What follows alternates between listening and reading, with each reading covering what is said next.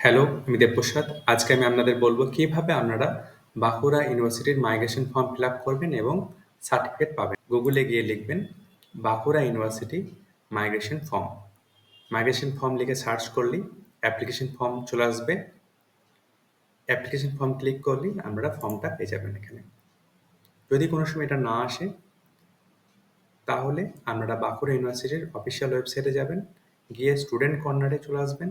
Student কর্নারে একবার নিচে ফর্মস আছে, ফর্মে ক্লিক করবেন। ফর্মে ক্লিক করলে মাইগ্রেশন ফর্মের যে লিঙ্ক সেটা চলে আসবে, এটা ডাউনলোড করে নেবেন। ডাউনলোড করে নেওয়ার পর আপনারা এই ফর্মটা প্রিন্ট আউট করে নেবেন।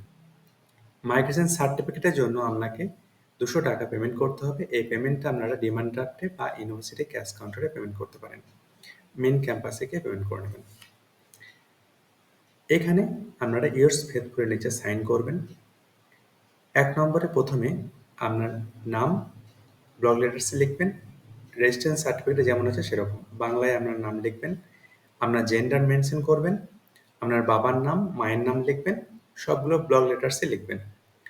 হাজব্যান্ডের নাম লিখবেন যদি আপনি রেজিস্ট্রেশন হওয়ার সময় আপনার হাজব্যান্ডের নাম লিখেছিলেন।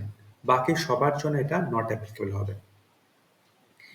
3 নম্বরে আপনি মাইগ্রেশন নেওয়ার পর কোন কোর্সে ভর্তি হচ্ছেন, কোন ইউনিভার্সিটিতে যাচ্ছেন সেটা মেনশন করবেন। 4 নম্বরে কোলনের পর লিখবেন আপনার রেজিস্ট্রেশন নাম্বার এবং ইয়ার অফ রেজিস্ট্রেশন। এখানে দেখুন বলা আছে অরিজিনাল রেজিস্ট্রেশন সার্টিফিকেট এর সঙ্গে জুড়ে দিতে হবে। 5 নম্বরে আপনার বাড়ির ঠিকানা, পিনকোড সমেত এবং আপনার কন্ট্যাক্ট নাম্বার লিখবেন। 6 নম্বরে আপনি যে কলেজ এবং ইউনিভার্সিটিতে শেষ পড়াশোনা করেছেন সেটা মেনশন করবেন। 7 নম্বরে আপনি যে শেষ পরীক্ষা দিয়েছেন এই ইউনিভার্সিটির আন্ডারে সেটা লিখবেন, ইয়ার এবং রোল নাম্বার সমেত। 8 নম্বরে ডিমান্ড ড্রাফট নাম্বার বা ক্যাশ চালানের যে নাম্বার সেটা মেনশন করবেন। এরপরে আপনার সাইন করবেন, ফুল সাইন। পাস আউট স্টুডেন্ট হন তাহলে কারেন্ট স্টুডেন্টটা কেটে দেবে, পাস আউট হবে। আর আপনি যদি কারেন্ট স্টুডেন্ট হন তাহলে সেক্ষেত্রে পাস আউটটা কেটে দেবেন এবং একাডেমিক ইয়ার, যে একাডেমিক ইয়ার সেটা মেনশন করবেন।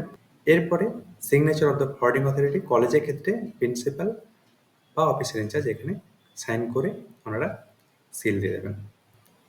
ফর্মটা ফিল আপ হয়ে যাওয়ার পর আপনারা এই ফর্মটা নিয়ে আসবেন। সঙ্গে আপনার পেমেন্ট রিসিপ্ট থাকবে, অরিজিনাল রেজিস্ট্রেশন সার্টিফিকেট থাকবে, মার্কশিট বা সার্টিফিকেট এটা রাখবেন অরিজিনাল, মার্কশিট সার্টিফিকেটের অ্যাটেস্টেড কপি রাখবেন।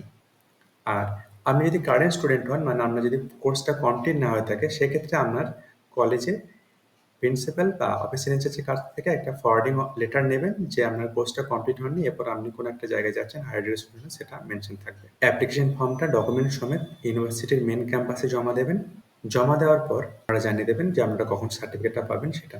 আমি এই ভিডিও ডেসক্রিপশনে অ্যাপ্লিকেশন ফর্ম এবং যে ডকুমেন্টস কী কী লাগবে সেই অংশটা মেনশন করছি। আপনাদের কোনো অসুবিধা হলে আপনারা কমেন্ট করবেন। ধন্যবাদ।